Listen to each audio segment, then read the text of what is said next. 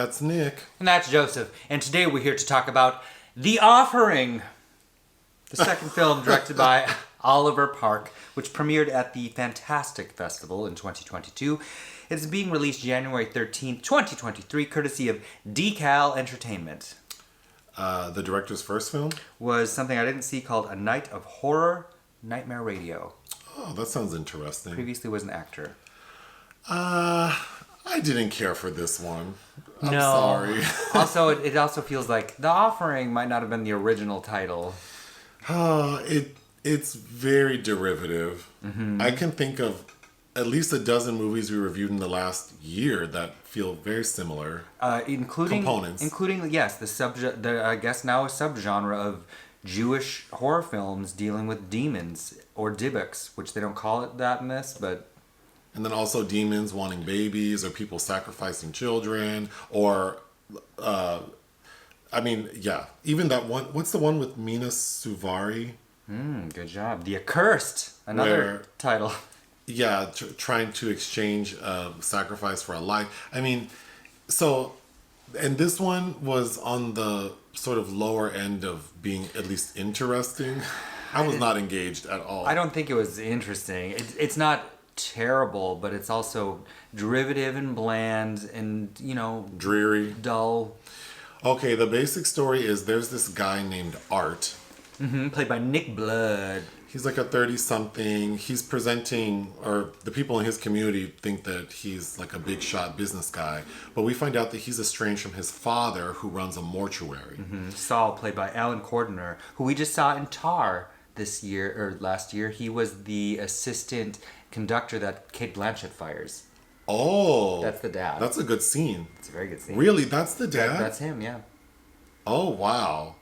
Because I thought... I'll save it.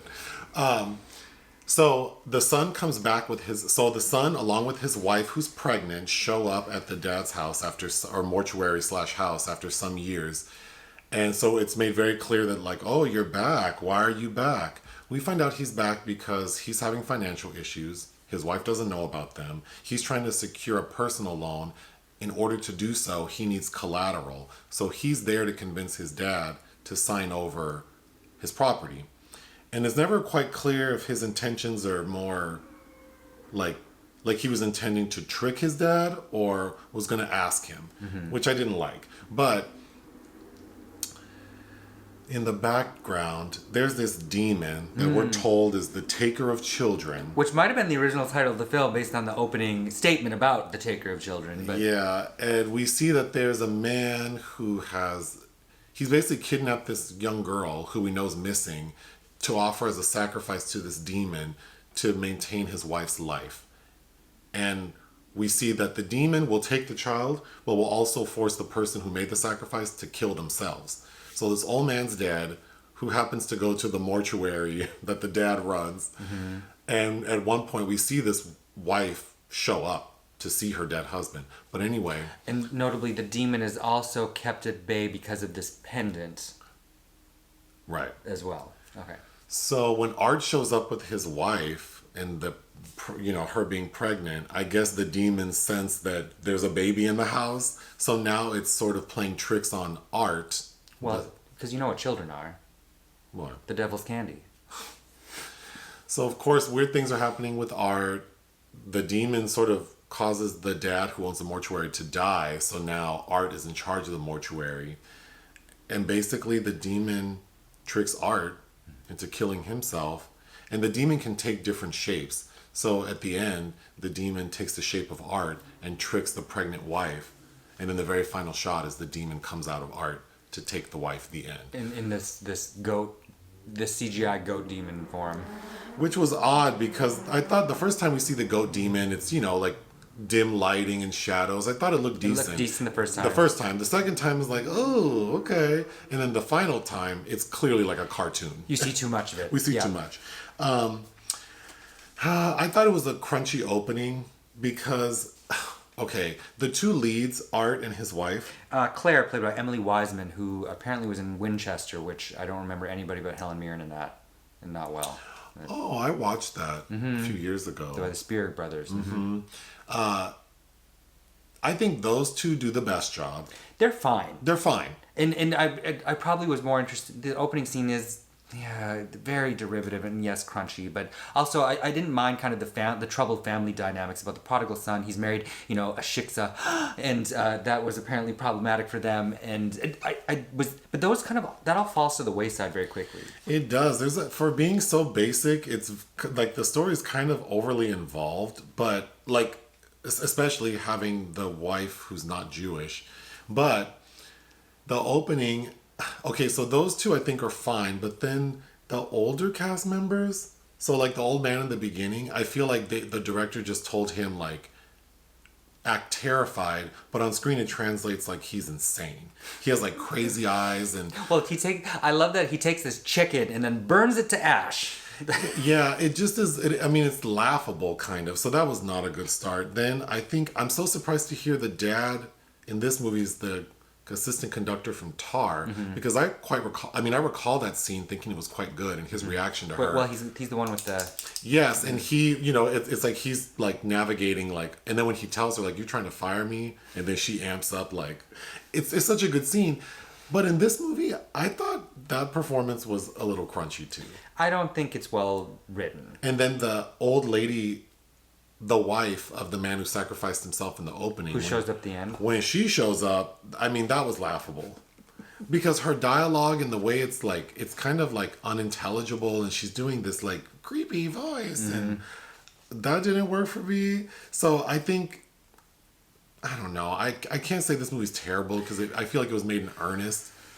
As opposed to something like The Accursed, which is like, that casting was ridiculous. Like, we can't take this movie seriously. I think this movie, I could take it seriously, I just didn't care for it. I found myself searching for moments that I could laugh at. And there weren't really a lot. I think I mostly was just bored. But the one note I did have about, that I chuckled at was the wife is a writer and the art says she's writing a cookbook for the ages. What? Like Teresa Giudice or whatever. Yeah, what kind of food does she make? Speaking of the wife, we catch her in bed, and yeah, that was odd. Someone can correct me in the comments, but I didn't realize she's a white lady with blonde hair, highlighted hair. Kind of looks like Annabelle Wallis a little bit. She's beautiful, and she has her hair wrapped in a cotton towel, like as her that's her sleeping ritual overnight. Mm-hmm. And I didn't know people do that. I know people sleep with bonnets and their hair wrapped, but like her hair's not wrapped; it's just in this cotton towel. So you're gonna wake up with like a frizzy, tangled mess, which she does. So that was odd to me. What did I say? It seemed real unnecessary. White lady do-rag. Yeah. Like, do white women? Is this a white lady do-rag? I don't remember my mom doing that, but the creepy girl in the beginning, I thought that makeup and dialogue in the opening was also... Yeah. I just thought that the opening was a rough start. Mm-hmm. And of course, the old man filmed the sacrifice of this child and on VHS. And Art finds it in this man's study amongst the artifacts, and there's a printed label on it that says, and the word miracle is scratched out. The miracle of Sarah, whatever. I thought that was funny because, the VHS says the miracle of Sarah Schneidel, and then they have crossed out miracle. Like, who took the time to do that? The old man? We find out Art's having money problems because apparently he works in real estate because he says, I haven't sold a house in 2 years, which made me think of Indecent Proposal. Yeah. And the finances in that movie and how, like... How did you people grow up? You can't do anything? Could you find another job while you do that then? Can you work? But they make sure they show us he's driving like a nice BMW. It's like, maybe you need to downsize. And even his wife is like, I can't believe you didn't tell me. You made me quit my job. I could have been working this entire time. I thought that was funny. Yeah. Because if he's kind of financially irresponsible and not sharing with her, I feel like you would probably let her work. He reminded me a little of Jonathan Groff. I thought he was handsome. I mean, he's nice on screen at least. Sure. Again, those two didn't bother me, and I really wasn't bothered by Allan Corduner. He just has to be kind of a little over the top. Which one is he? The dad. Oh, I thought Saul. The wife has a good scream. She uses it a lot. She used it a lot. And she's pinned up there like Sierra in that Missy Elliott Lose video. Control video.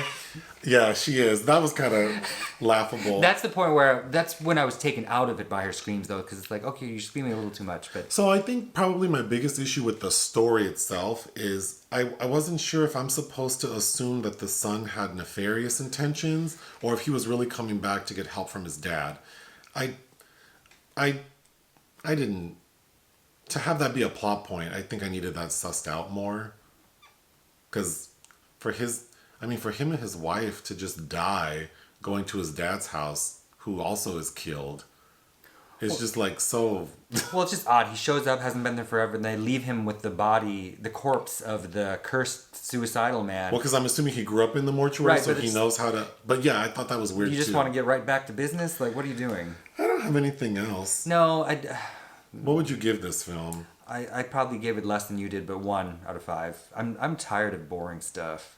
I'm tired of boring stuff too. I didn't care for it, so 2 is not good. No. But I'm not giving it a 1 because I do feel like compared to some of the stuff we see, this does feel like they were trying to make a serious movie. It just didn't work. Sure.